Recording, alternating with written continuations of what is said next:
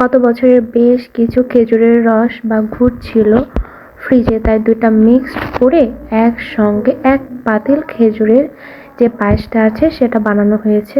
আর এটা খেতে কিন্তু বেশ মজা লাগে, যেহেতু একটু শীত শীত পড়ে গেছে। তো এই সময় আমাদের বাসায় কিন্তু সব সময়ই আম্মুর হাতের এই খেজুর গুড়ের পায়েসটা অনেক মজা লাগে। আর সাথে ছিল দেশি মুরগির মাংস। এটা কিন্তু একদমই দেশি মুরগি। এখন কিন্তু দেশি মুরগিকেও ফিড খাওয়ায়, সেই মুরগিগুলা খেতে কিন্তু একদমই মজা না। এগুলো বাড়িতে পালা মুরগি, আর বাড়িতে পালা মুরগি যারা খায় তারাই জানে এগুলার টেস্ট কেমন।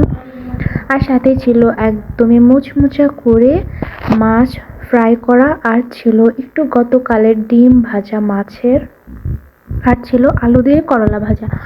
মাছের ডিম ভাজা খেতে কিন্তু বেশ ভালো লাগে, বিশেষ করে যে তেল ফটকা এগুলো থাকে এগুলা খেতে, আমার কাটা চচ্চড়ি বলে, এগুলা খেতে কিন্তু বেশ ভালো লাগে। আর আমি প্রথমেই এই যে করলা ভাজিটা দিয়ে খেয়ে নিচ্ছিলাম। করলা ভাজিতে ভাত মেখে খেতে বেশ ভালো লাগছিল। করলা ভাজি কিন্তু আমার বরাবরই অনেক মজা লাগে, বিশেষ করে রেস্টুরেন্টের যে মুচমুচে করলা ভাজি সাথে পাতলা ডাল দিয়ে মেখে খেতে, আর একটু যদি আলু ভর্তা থাকে আমার কাছে ভালোই লাগে খেতে। তো আমি একটু সফট করে আজকে রান্না করতে বলেছি, সফটই রেখেছিল। আর সাথে এই যে মাছ ভাজিটা কিন্তু একদম বেশি করে একটু মরিচের গুঁড়া, হলুদের গুঁড়া, একটু আদা রসুন পেস্ট দিয়ে করলে এটা খেতে কিন্তু বেশি মজা লাগে। একদম বিয়ে বাড়ির শাহি শাহি যে মাছ ফ্রাই আছে ওই রকম লাগে আর কি খেতে। তো এটা খেতেও বেশ ভালো লাগছিল আমার কাছে। ভাজি ভর্তা এগুলো দিয়ে ভাত মেখে খেতে বেশি ভালো লাগে।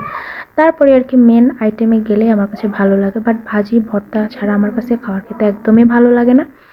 তারপরে এই যে মাংস নিয়ে নিচ্ছিলাম, আমি আবার সব মাংস খাই না, তো বেছে বেছে যেগুলো পছন্দ সেই মাংসগুলো নিচ্ছিলাম।